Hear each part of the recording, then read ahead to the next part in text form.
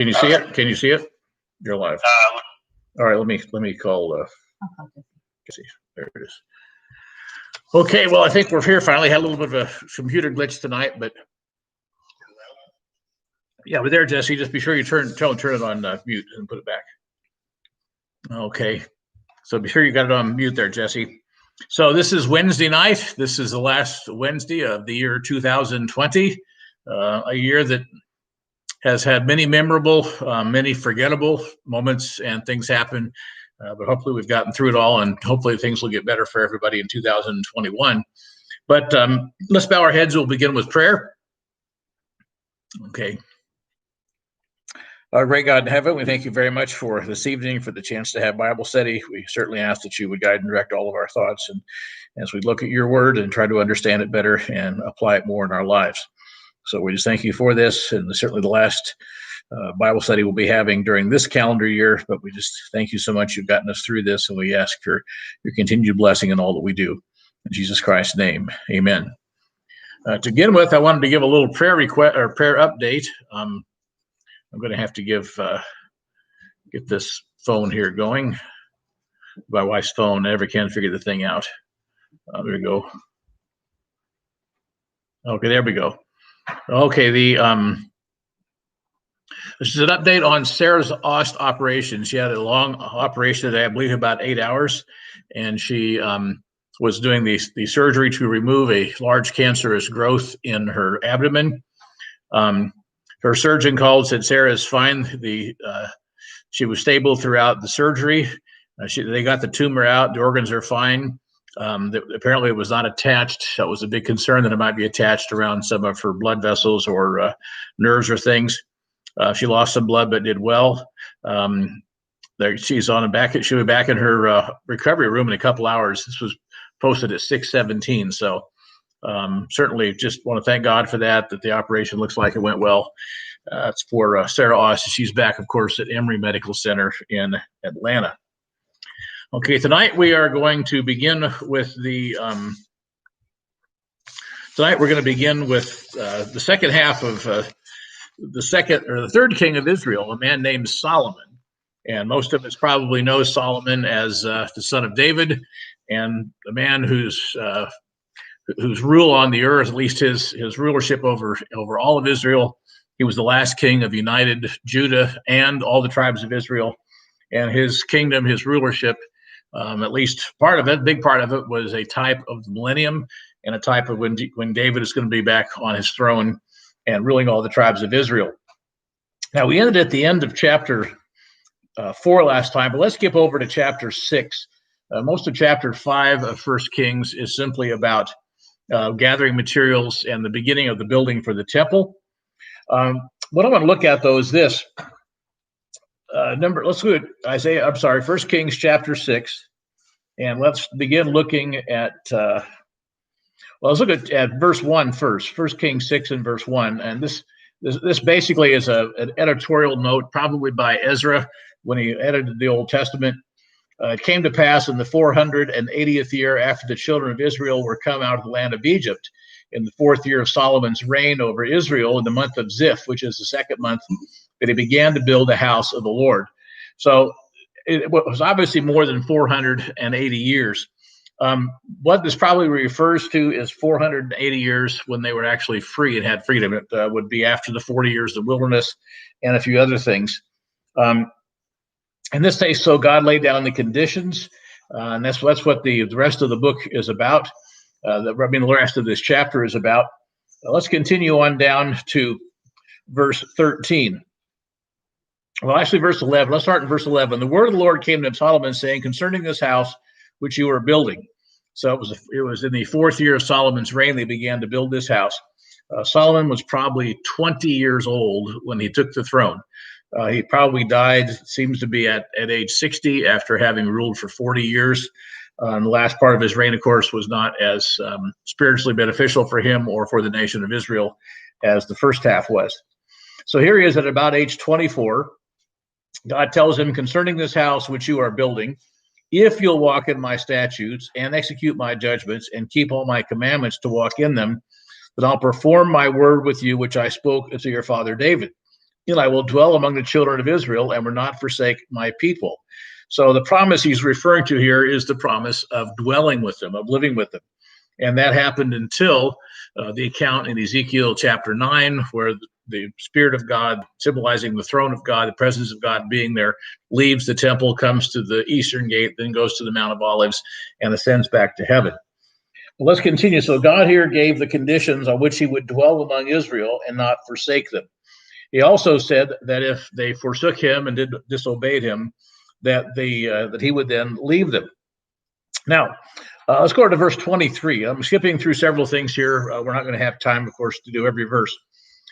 Verse 23 of chapter 6 of 1 Kings. Within the oracle, he made 2 cherubims of olive tree, each 10 cubits high. Now, olive oil is a symbol of God's Spirit. The olive tree, its longevity and how many years it lasts, how hard the wood is symbolic of a number of things. You see olive trees symbolized, used in a symbolic way in the Bible a number of times.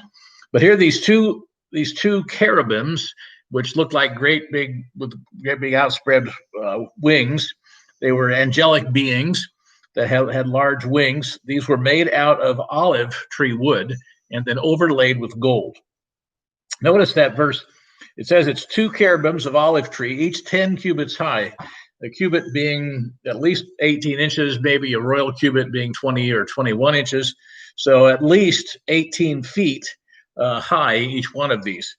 So it'd be 1.5 feet. So 15, probably 18 feet high is a good estimate. So 5 cubits was the one wing of the cherub. So one wing sticks out, almost 10 feet. The other wing sticks out 10 feet from the uttermost part of the one to the uttermost part of the other.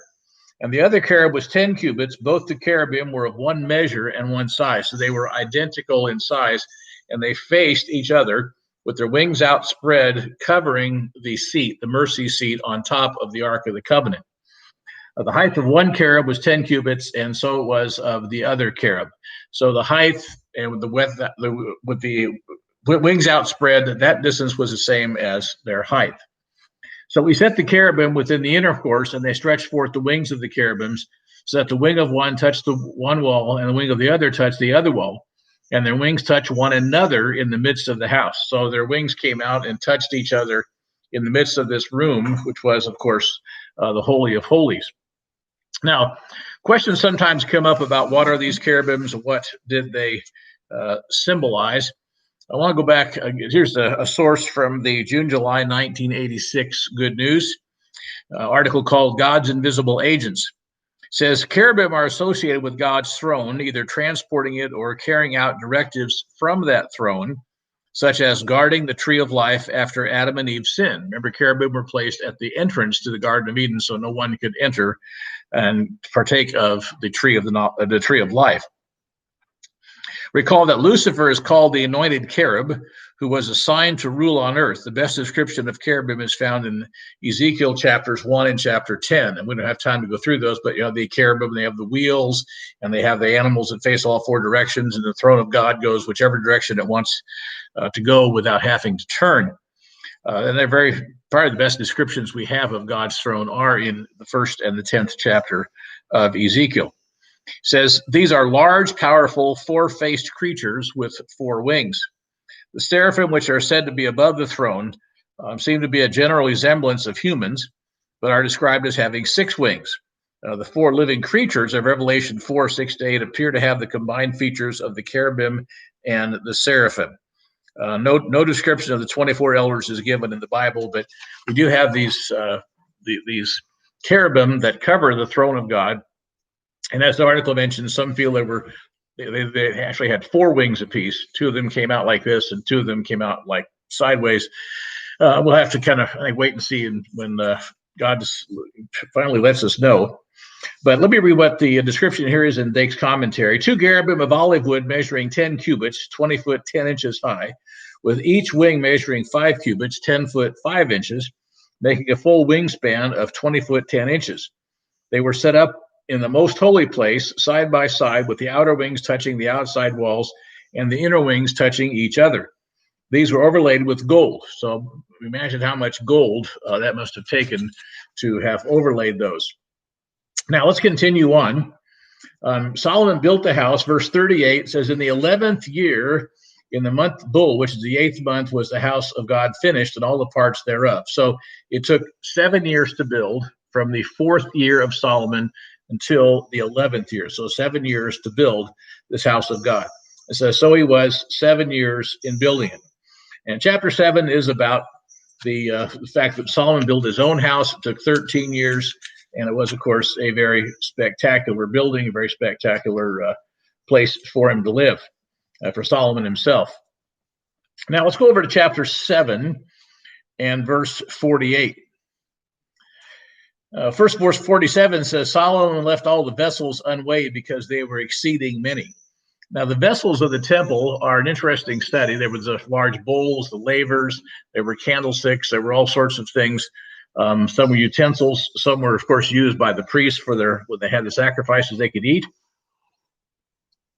But many of these golden and brass articles, silver articles, were taken by King Nebuchadnezzar. They were taken by others.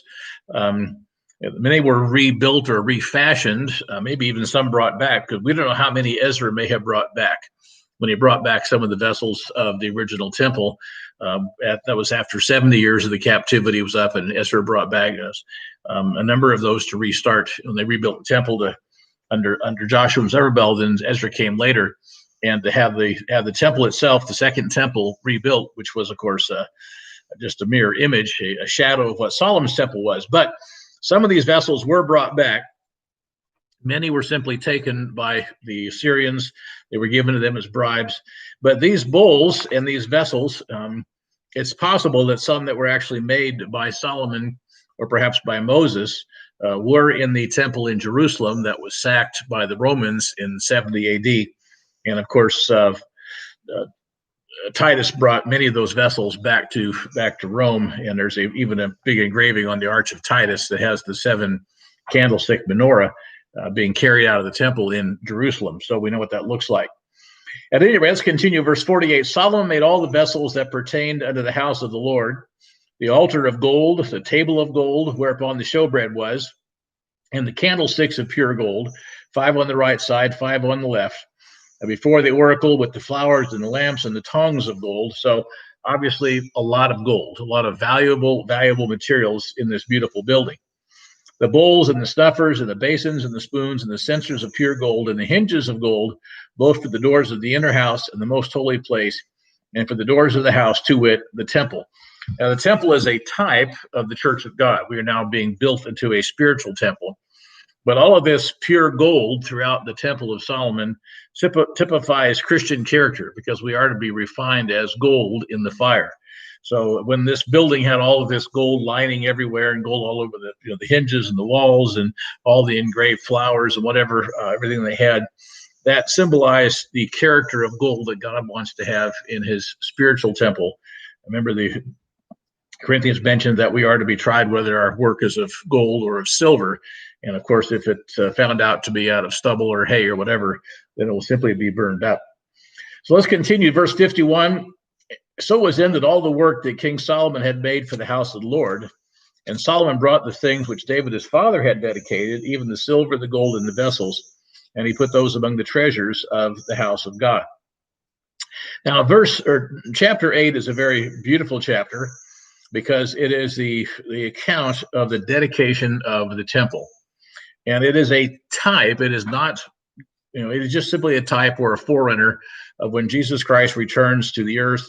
And we have a real celebration called the wedding supper, and the bride of Christ is then welcomed into the family. We don't have a lot of details about that, but we know that it'll be a very wonderful celebration. So Solomon assembled all the elders of Israel, all the heads of the tribes, the chief of the fathers, and the children of Israel under the King Solomon in Jerusalem, that they might bring up the ark of the covenant that the Lord out of the city of David, which is Zion. And so they did. They brought it all up. Verse 12 of that chapter 8 of 1 Kings. This is Solomon's first sermon or first message to the people about this temple. Then spoke Solomon, the Lord said he would dwell in the thick darkness, and I have surely built you a house to dwell in, and I have settled place for you to abide forever. So the Holy of Holies was the place that was a was a room with no lights except the candles. And so it was a place of thick darkness when those candles were put out. But the glory of God shone in there. He said in verse 15, the king turned around and blessed the congregation of Israel. He said, "Blessed be the Lord God of Israel, which spoke with his mouth unto David my father, and has with his hand fulfilled it, saying, Since the day I brought forth my people, Israel, out of Egypt, I chose no city, but of all the tribes of Israel to build a house, that my name might be there, but I chose David to be over my people Israel." So here we have God saying through Solomon that he chose Jerusalem, he chose the family of David. Verse 22, Solomon stood before the altar of the Lord in the presence of all the congregation. So that's out in the courtyard is where the altar is, not inside the main building with the holy place or the Holy of Holies. It's outside, and all the people could see him. And he spread forth his hands toward heaven, and he said, "Lord God of Israel, there's no God like you in heaven above or on earth beneath, who keeps covenant and mercy with all your servants that walk before you with all their heart." So at this point, he would have been around 30 years old. Maybe 31 if he started building after 4 years, and then took 7 years to build. He became king at 20. He would have been here then 31 years old. And he says a prayer for blessing on Israel. And then he continues in his request for God. This is interesting prayer because he prays that there would be answers to prayers towards the temple. Verse 28, "Yet you have respect unto the prayer of your servant and unto a supplication, O Lord my God, to hearken unto you, the cry and to the prayer which your servant prays unto you, that your eyes might be open towards this house night and day, even towards the place which you have set." Then there's a request for just judgment. Verse 31, "If any man trespass against his neighbor, and an oath be laid upon him to cause him to swear, and the oath come before your altar in this house, then you hear from heaven and do and judge your servants." Now, we all know what it's like now to live in a land where judgment is void, it's gone, and where there is no justice in the land. Certainly there are many laws that are simply not being enforced, and there are a lot of things that have gone on that would not have been tolerated 20, 30, 40 years ago. Verse 35 begins a plea for forgiveness and rain from heaven. It says, "When heaven is shut up and there is no rain because they have sinned against you, if they pray towards this place and confess your name and turn from their sin, when you afflict them, then you hear from heaven and forgive the sin of your people." Verse 37 is about a plea for forgiveness and deliverance from famine, enemies, and sickness. This is what our nation certainly ought to be doing today, is praying to God for forgiveness and certainly changing their ways. But it doesn't look like that seems to be the national direction right now. Verse 41 begins a plea for God's blessing upon the Gentiles, seeking Israel's God and praying in the temple. Now, this is where we begin to see a millennial parallel with the rule of Solomon. Because until this time, essentially, outsiders were outsiders. Gentiles were not Israelites. And here we have Solomon understanding that this temple and perhaps even his rulership would be a type of the kingdom of God that's coming later, when all nations will come to Jerusalem to keep the Feast of Tabernacles. And they will also come to Israel, all the Israelite peoples, to learn how to worship God. So verse 41, "Moreover, concerning a stranger that is not of your people Israel, but comes out of a far country for your name's sake." So he hears about God, he comes to be taught. "For they shall hear of your great name and of your strong hand and of your stretched out arm, when he shall come and pray towards this house. Hear you in heaven, your dwelling place, and do according to all that the stranger calls for you to do." Notice the next sentence. Please notice this, verse 43. "That all people of the earth may know your name, to fear you, and as do your people Israel." So that was the original purpose of the people of Israel, was to bring the entire world to God.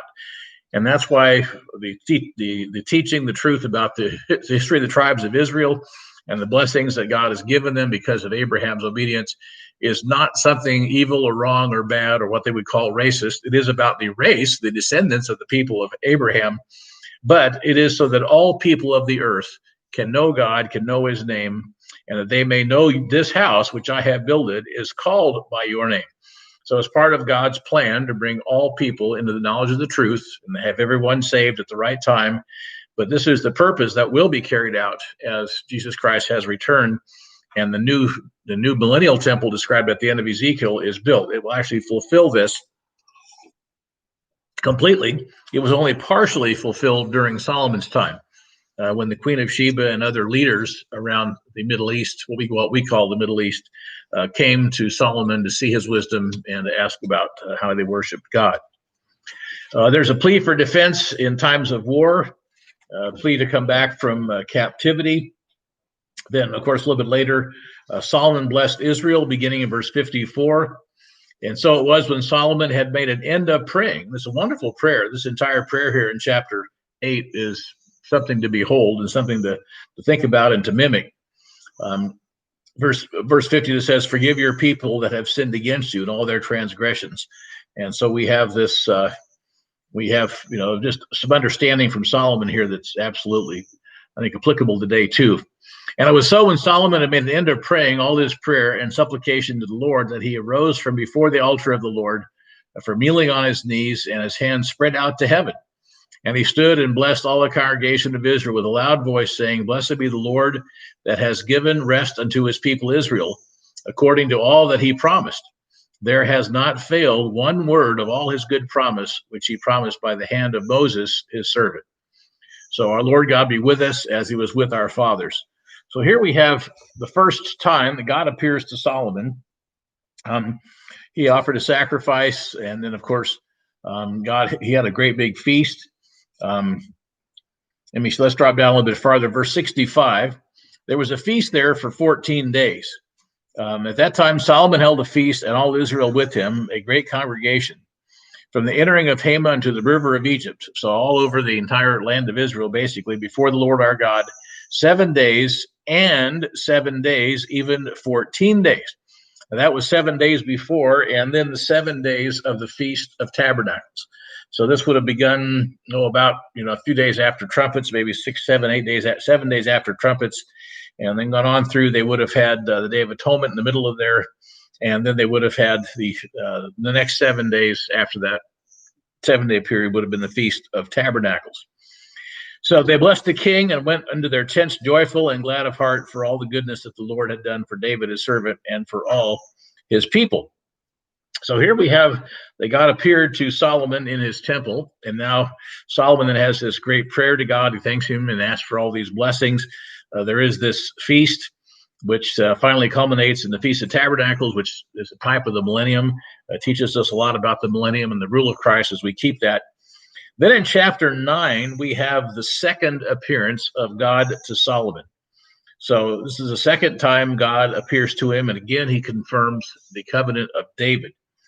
"It came to pass when Solomon had finished the building of the house," this is verse 1 of 1 Kings 9, "house of the Lord in the king's house, and the king's house, all Solomon's desire which he was pleased to do, the Lord appeared a second time to him in Gibeon." So in this case, he did not appear to Solomon in the temple or the temple courtyard. He did not appear to Solomon in Solomon's own house, where he was living, what you would call the palace. He appeared to him to an area of Gibeon, which was about 10 miles northwest of Jerusalem. Historically, a place where God had appeared before in the time of the Judges, and I think at one time they may have even had the tabernacle set up there. So God appeared to Solomon when he was at Gibeon. Doesn't say why he was there or what he was doing there. It just says he was there. So we have here an interesting kind of an observation as to why he was, what he says here. Let's continue. "The Lord appeared to Solomon. The Lord said to him, I have heard your prayer and your supplication that you have made before me. I have hallowed this house which you have built, and to put my name there forever.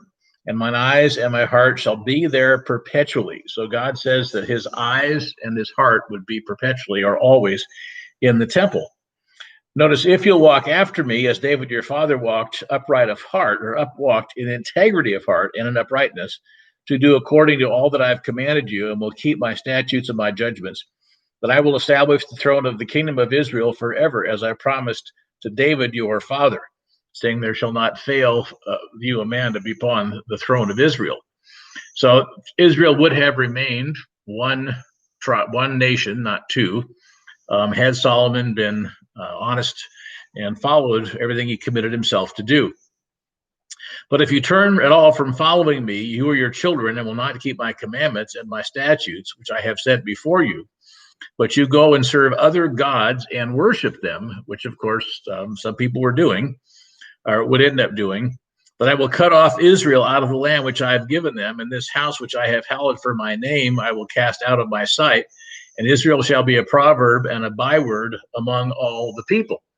And of course, that happened. We have record of that in the 700s BC, 718, when Israel was 10 tribes taken to Assyria, and 586 when the city of Jerusalem fell, Judah and Benjamin, and were carried off into captivity, and the temple was then burned and destroyed. Verse 9, and they shall answer, because they forsook the Lord God of Egypt. That would be the reason. Verse 10, it came to pass at the end of 20 years, when Solomon had built the two houses, the house of the Lord and the king's house. And it mentions here Hiram bringing a lot of the materials for building the two houses. It's kind of an overview here. Well, let's go down to the famous visit of the Queen of Sheba. That's in chapter 10 and verse 1. When the Queen of Sheba heard of the fame of Solomon concerning the name of the Lord, she came to prove him with hard questions. Now, there are two thoughts as to where Sheba is. There are two opinions. Some say she came from the south of what kind of Saudi Arabia or the Arabian Peninsula. Others contend she came from Ethiopia. And of course, I think most of us who have studied the history would come down on the side of Ethiopia. There's a partly founded on Ethiopian history. Sheba, the grandson of Cush, for whom the place was named, is supposed to have been settled in Ethiopia or Nubia, north of Abyssinia, where female sovereigns were common. Jesus spoke about the queen of Sheba coming from the south, which would be more likely Ethiopia and what we call Ethiopia today, because that is directly south of Jerusalem. Now, before we go on, I want to read a little section here out of the Queen of Sheba. This is from the Encyclopedia Britannica. The Queen of Sheba, Ethiopian Makeda, flourished about the 10th century BC. According to Jewish and to Islamic traditions, she was a ruler of the Kingdom of Sheba in southwestern Arabia, or we might also add probably Ethiopia. In the biblical account of the reign of King Solomon, she visited his court at the head of a camel caravan bearing gold, jewels, and spices. The story provides evidence for the existence of important commercial relations between ancient Israel and, of course, other countries. The purpose of her visit was to test Solomon's wisdom by asking him to solve a number of questions. There's I guess quite a bit of tradition here about other historical books that are mentioned here. There's a Queen of Sheba appears a prominent figure in the Kebra Nagast, which means the glory of the king, an Ethiopian national epic and foundational story. According to this tradition, the queen visited Solomon's court after hearing of his wisdom. She stayed with him for over 6 months. They've had a relationship, and she became pregnant and bore a son called Menelik. Menelik was made king by his father, thus founding the Solomonic dynasty of Ethiopia, which ruled until the deposition of Haile Selassie. And now Haile Selassie ruled until 1974. Mr. Herbert Armstrong knew Haile Selassie, and I think visited with him several times. He was called the Lion of Judah, and so they were very. He was very adamant that he was a direct descendant from King David, and of course through the son of Solomon called Menelik. Now, another tradition has it that Menelik, or the Queen of Sheba, had an exact copy of the Ark of the Covenant made and took it back with them to Ethiopia, where they could then build their own place of sacrifice or a temple of sorts. And so the religion of Solomon, the religion that God had given to the Israelites, could then be carried on and practiced in the land of Ethiopia. Now, down in Ethiopia, there's an interesting tradition. There's a place called Aksum. It's sometimes spelled Aksum, or AXXUM. And there's a picture of this building. You see this building is the one in Axum, which is in Ethiopia. Now, inside this building is that Ark of the Covenant that was probably a copy made by Menelik or made by the Queen of Sheba's artisans and then restored or built there. Now, they used to take this Ark out and they would parade it all around the city of Axum once a year. All these priests, these Coptic priests and others, these descendants of Menelik and Haile Selassie's group, and they would have a big festival, and they had flowers and lots of singing, whatever. Well, a number of years ago, because of the Muslims taking over that area, they've outlawed it. And I was hoping to go there at some point. It's called the Chapel of the Tablet near the Church of St. Mary of Zion in Axum, Ethiopia. And I'm sure if you've seen Raiders of the Lost Ark, that this was mentioned.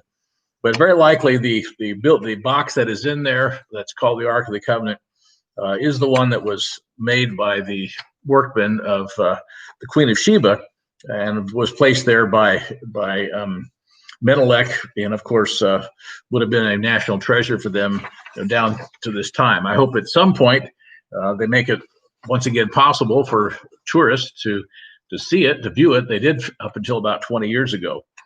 So let me continue on. This is from about Axum from the Encyclopedia Britannica. Mentions here the Italian government had control of much of the area until, of course, after World War II. It was re-erected as Axum in the time of the Ethiopians' millennial year 2008, which was 2000 by the Coptic year. They have a big area here. You might be able to see some of that. I don't know if you can see it very well or not, but they did a lot of archaeological excavation and have all these national monuments and other evidence. These are obelisks in Ethiopia, but also have some historical things written on them that verify some of the information here about Menelik. King Menelik I, legendary son of Solomon and the Queen of Sheba. According to tradition, the Church of St. Mary of Zion contains this Ark of the Covenant. Over the centuries, the church has been destroyed and rebuilt several times. The present structure dates to the 17th century. Emperor Haile Selassie I built the new Church of St. Mary near the old one in about 1965. So very interesting, at least the traditions and the idea that perhaps an exact copy of the Ark of the Covenant would be able to be viewed there, so we would know what it looked like and the size and the dimensions and all that type of thing. Another thing I want to read just a few excerpts out of is an article called Solomon's Splendor, a Type of God's Kingdom. This is from a old Good News article, I believe, in 1981. He says here, Solomon's rule was an oasis of peace in Israel's long history of wars with enemies throughout the Middle East. So we have this time of Solomon's rule where they had peace, real peace, not just an interim break from a series of wars. So we have God gives things named for a purpose. God's servant David named his son Shalomah or Solomon, a Hebrew word meaning peaceful or peaceable. So it's derived from the Hebrew word shalom or shalom, which means peace or a man of peace. So Solomon himself, this is his entire reign, just the name means peace or symbolizes peace. Solomon's reign is a picture or physical type, albeit on a minor scale, of the world peace that will accompany Jesus Christ during or at the time of the millennium. Today, much as David's prepared for the way Solomon's peaceful reign by conquering the enemies of Israel did, Christ is preparing his way by establishing world peace by choosing and developing his church and building it into a spiritual nation. So we have he mentions here that representatives of God's church in Jerusalem, the city of peace, the spirit-born members of God's family will help teach nations all over the earth how to live peaceably. That's Isaiah chapter 2 and verse 3. So when Christ returns, the truth will go out from Jerusalem, just like it did in a very minor way during the time of Solomon. Now, it mentions here the Josephus writes of Solomon's select corps of horsemen chosen from the most athletic and able-bodied young men in the nation. These men, riding perhaps the best groomed mounts in the Near East, had dust of gold every day sprinkled on their hair so that their heads sparkled with the reflection of sunbeams from gold. That's what Josephus wrote. So it could be a tradition or could have been perhaps true. It's interesting that Micah chapter 4 and verse 4, speaking of God's kingdom, uses the same words used in 1 Kings chapter 4 and verse 25, which refers to Solomon's rule. People will have their own resources and be able to provide for their own needs in the world tomorrow. As in the days of Solomon, Israel's population will increase and people will truly be happy, settled in a beautiful and productive land, living in attractive homes and having their own farms, each with their vine and fig tree.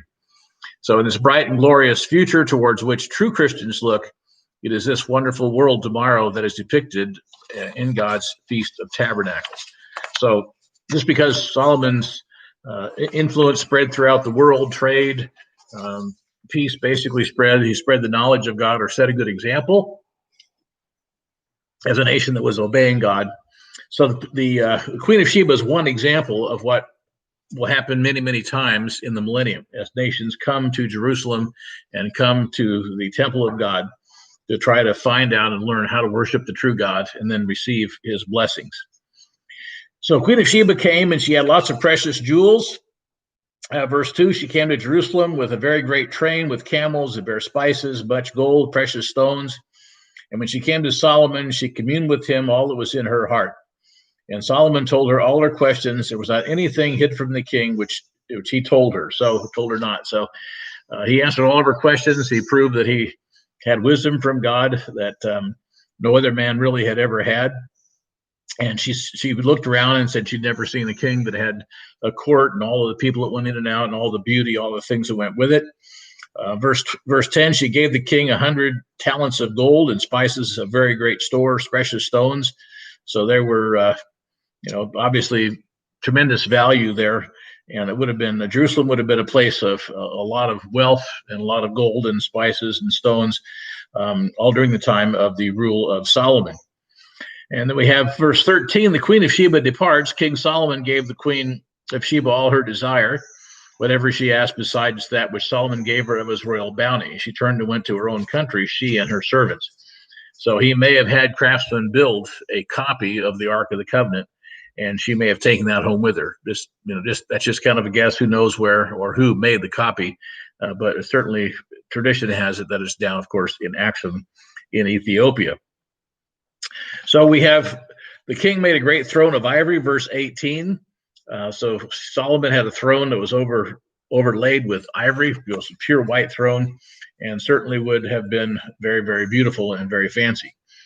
Now, verse 23 of chapter 10 says, King Solomon exceeded all the kings of the earth for riches and for wisdom.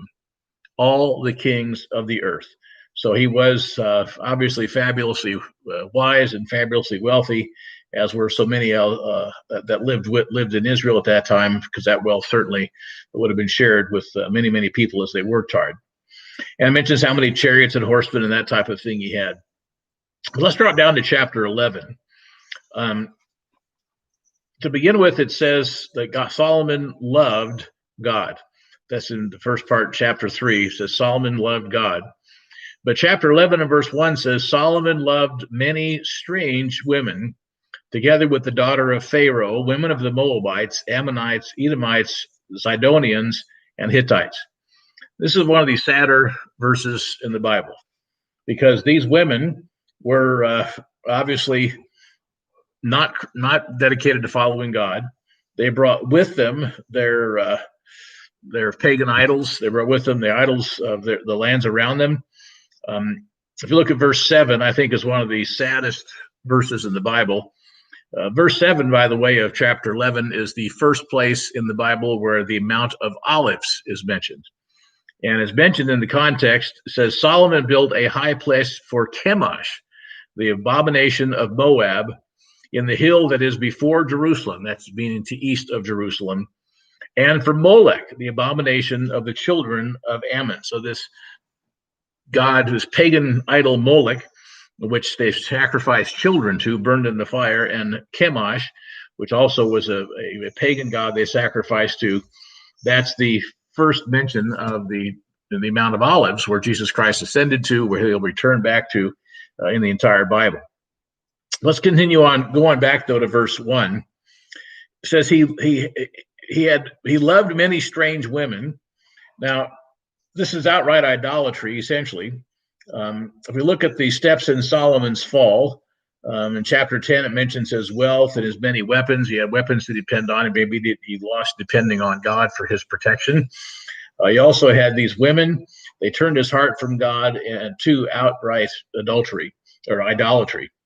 It says, verse 2, of the nations concerning which the Lord had said to the children of Israel, you shall not go into them, neither shall they come into you, for surely they will turn away your heart after other gods. Yet Solomon clave unto these in love. So in many places, God had warned the people of Israel, especially the kings of Israel, they were not to have marriages made with these women of a strange land. Now, let's go back to Exodus 34 in verse 15, just one of the many places. Exodus 34 and verse 15. In fact, we'll go from verse 15 to 17. It says, lest you make a covenant with the inhabitants of the land, for they go whoring after their gods, and do sacrifice unto their gods. And one call you, and you eat of his sacrifice. And you take of their daughters and your sons and their daughters, and go whoring after their gods, and make your sons go whoring after their gods. Verse 17, you shall make no molten gods. So they just warned not to intermarry with the people of the land and their enemies around them that worshipped idols and had, of course, all of these foreign gods. And so he broke that. He did not follow the directives that God gave there, also in Deuteronomy 7 and Joshua 12. It says he cleaved to these strange women, and his heart grew cold towards God. Notice that, verse 4. It came to pass when Solomon was old that his wife turns away his heart after other gods. Now, the first 20 years of Solomon's reign, between age 20 and age 40, seemed to be absolute peace, absolute bliss. They're building the temple. They're building his palace. God's appearing to them. They're keeping the feasts. Certainly a wonderful time of blessings and prosperity for all the land of Israel. The latter 20 years of his reign, between age 40 and 60, things started to fall apart because God's blessing was removed as he turned away his heart towards these other gods because of these women. His heart was not perfect with the Lord. Verse 3 is one of those sort of unbelievable verses in the Bible. He had 700 wives. How in the world can anybody have 700 wives? There aren't 700. A lot of them were political wives. They were the queen of Egypt's, or the king, Pharaoh of Egypt's daughter, and probably all the other lands, but there weren't 700 nations. So for some reason, he had 700 wives, princesses, and 300 concubines. So the wives, where it says they were princesses, so these may have been political marriages to tribes, to small nations, to small rulers, to great nations like Egypt, and also 300 concubines who were the same as wives, but their children would not then be allowed to inherit any of the blessings, any of the possessions of the father. But his wives turned away his heart. Now, for those of us who are married, and we know that we have a challenge obeying God just with one wife. I mean, that's what marriage is about. It's about reflecting the church and Christ, and so we have to put a lot of work into it. And how they could do that with 700 wives, it's just almost beyond comprehension. And 300 concubines, that would be a total of 1,000. So it's just sad that Solomon did that, and of course it turned his heart away. So it came to pass when Solomon was old, that would be getting older, perhaps in his 50s, because he died at 60 years old after a reign of 40 years. So he was at least old enough not to permit outlandish women to cause him to commit sin, but he didn't. So who knows what happened in Solomon's heart here that in his 50s or later years that caused his downfall.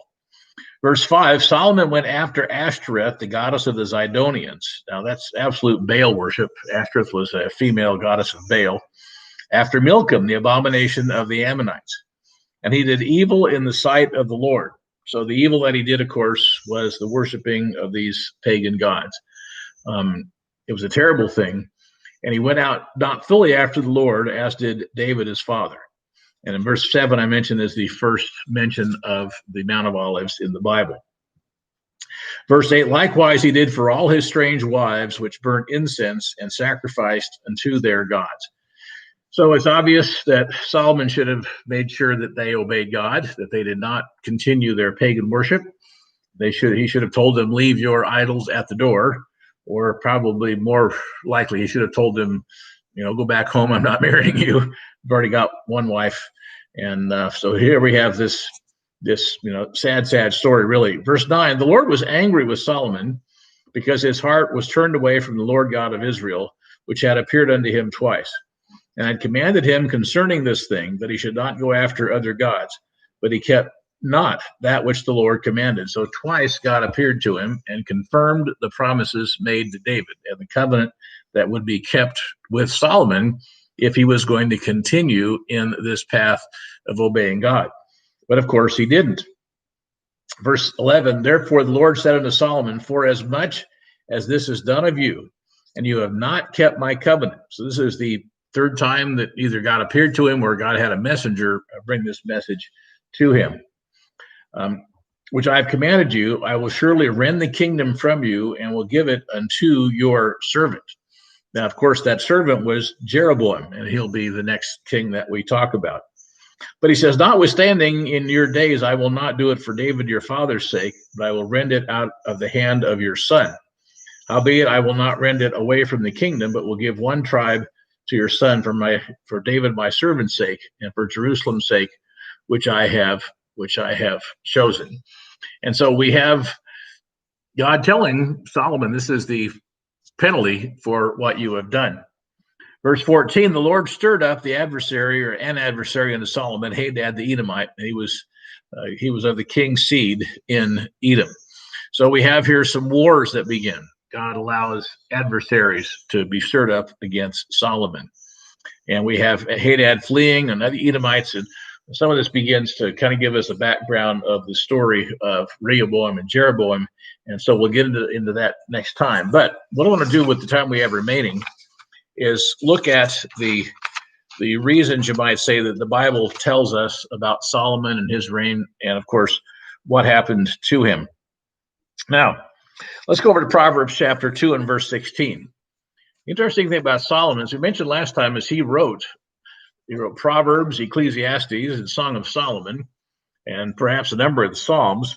So he's an author of at least 3 books. He's of the Bible.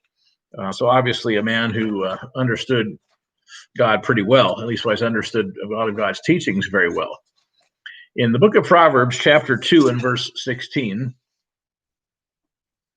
says, to deliver you from the strange woman, even from the stranger which flatters with her words, which forsakes the guide of her youth and forgets the covenant of her God, for her house inclines unto death, and her paths unto the dead.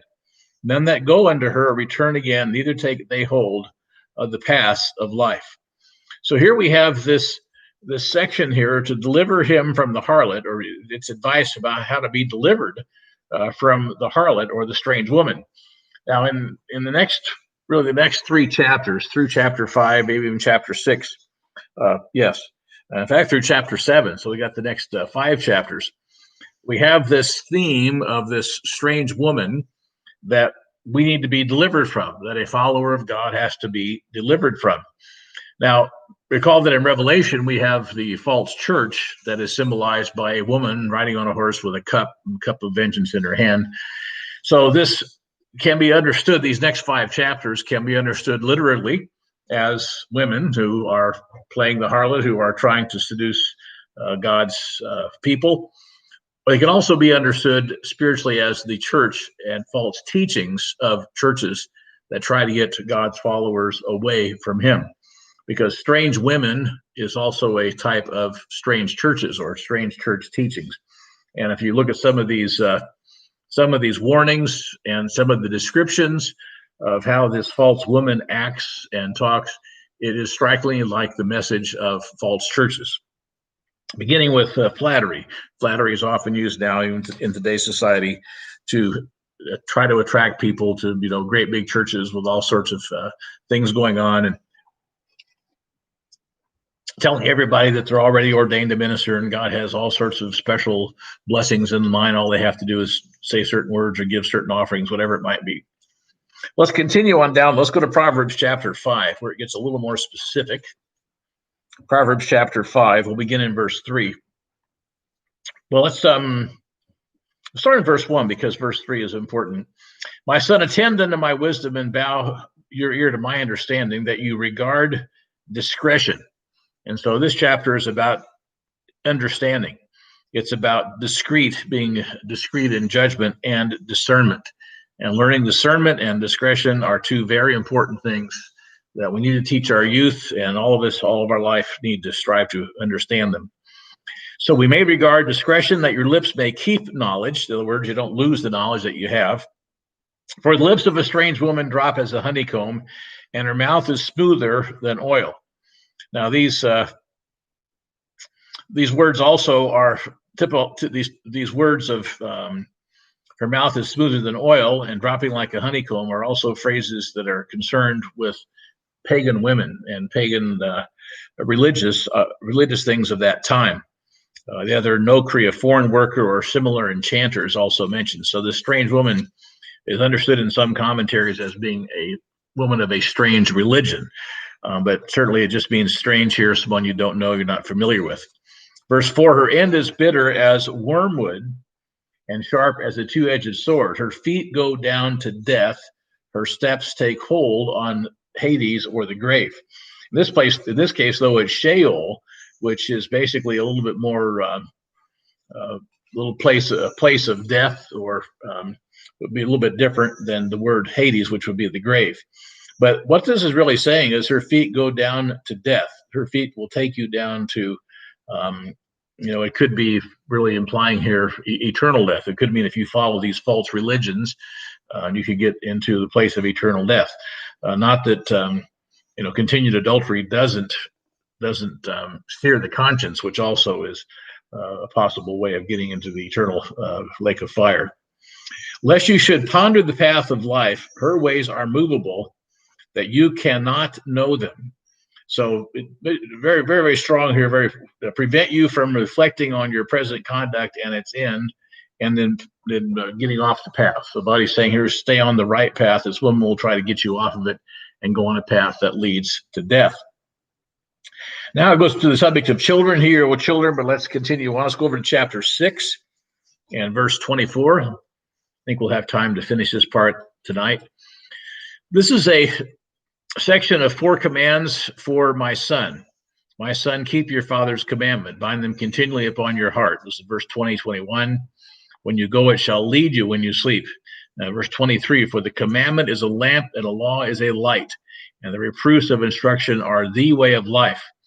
Continues verse 24, to keep you from the strange woman, from the flattery of the tongue of a strange woman.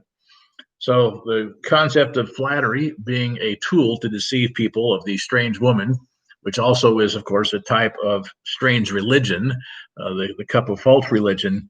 Flattery is a tool that they use, and it must be recognized and rejected. Lust not after her beauty in your heart, neither let her take you with her eyelids, for by means of a whorish woman, a man is brought to a piece of bread, and the adulteress will hunt for the precious life. Now, that's true. The adulteress does hunt for the precious life, but in a spiritual sense, false churches are used by Satan to hunt for those whom God is trying to call. And how many times have we seen people who have understanding? It looks like God is calling them, working with them, and they get into some false teaching of some kind that kind of takes parking space in their head, and before long they have lost the truth that they had. And so the adulteress hunts for the precious life, and those whom God is calling, and especially those who have repented and have his spirit, are always targeted by Satan, the devil, and those doing his work. So we have this admonition here. Verse 27, who can take fire in his bosom and his clothes not be burned? Can one go upon hot coals and his feet not be burned? So he that goes into his neighbor's wife, whoever touches her shall not be innocent. So it's very easy to understand that from a physical application standpoint, but it also is a spiritual application. You cannot offer God strange fire, as Nadab and Abihu did.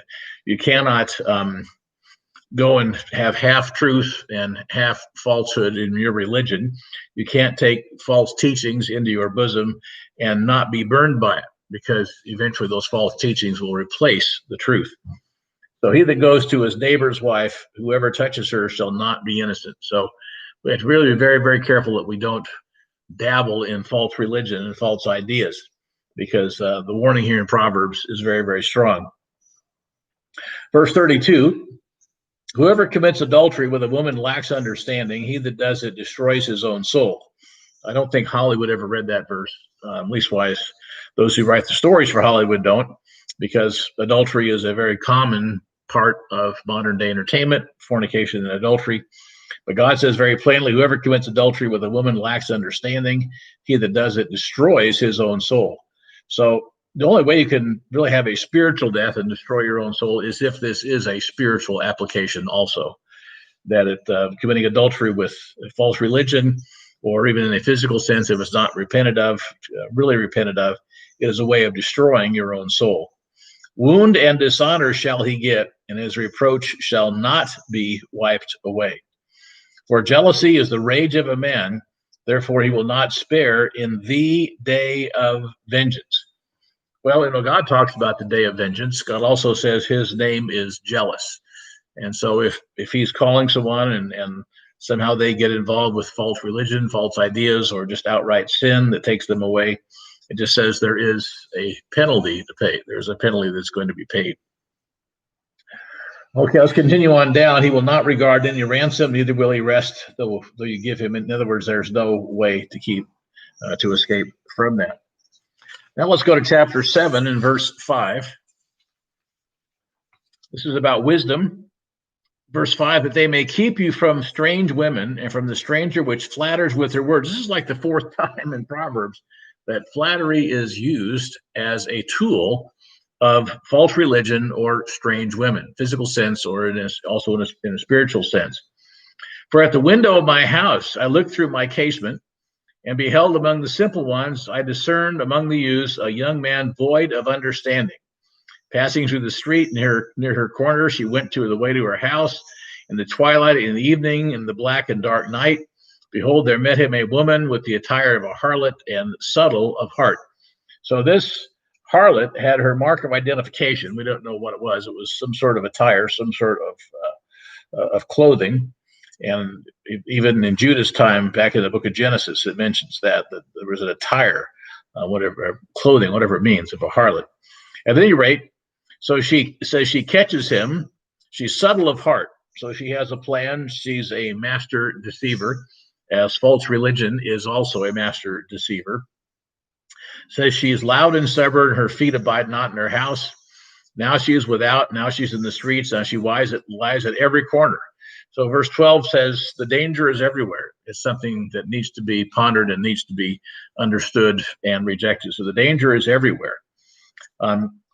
So she caught him and kissed him with an impudent face and said to him, I have made my peace offerings. This day I paid my vows.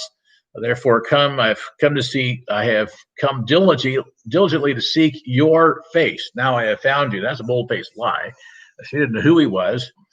She just wanted to meet anybody on the street, and this person happened to be it. But part of her flattery is to say, oh, I came forth diligently to meet you, to seek your face, which, of course, that wasn't really true. And, of course, she then, the rest of the story obviously is very sad, but it may have been, Solomon writing that later, understanding that's exactly what happened to him. Let's drop over to chapter 23 and verse 33 of Proverbs. Chapter 23 and verse 33 of Proverbs. And that's about beholding strange women. Solomon loved many strange women. So maybe he wrote this after he came to his senses. There's some thought that perhaps at the end of Solomon's life, there was sort of a last-minute repentance. Perhaps that's the purpose of the book of Song of Solomon, to show that he'd repented and wanted to follow God. We don't know. Certainly, it's up to God. He's the judge, and we don't have any detailed record of the end of Solomon's life, except that he, loved many strange women and turned away from God, and then he died. So, Proverbs 23 and verse 33 says, "Your eyes shall behold strange women, and your heart shall utter perverse things." So this is basically a warning against drunkenness, but it also mentions your eyes shall behold strange women. And of course, Solomon loved, as it says, many strange or many foreign women. And his heart began to utter perverse things. He began to get into idolatry, worshiping Molech, Ammon, and many others that were just simply wrong. You shall be as he that lies down in the midst of the sea, or as he that lies on the top of the mast. In other words, back and forth, back and forth, back and forth, wavering and being very, very unsteady. They have stricken me, shall you say, when I was not sick. They have beaten me, and I felt it not. When shall I awake? I will seek it yet again. So Proverbs here, the Proverbs of Solomon, maybe tell us that he understood the evil of what he had done, that he understood that he should not be doing, the worship of these false gods, these worship of Amalek and all these various, Ashtoreth and all these goddesses that he made statues for his wives. So it's sad that he had that end, but we learn a lot of things from Solomon's reign that really not only warn us personally, but also tell us a lot about the reign of Jesus Christ in the future. So next time we will finish out the last few items of Solomon's life, because he was the father of Rehoboam, who then became the next king, who lost most of his kingdom to Jeroboam. And that story, of course, continues down to us even to this day. So with that, we'll say good night and thank you all for listening, and we'll see you again next week.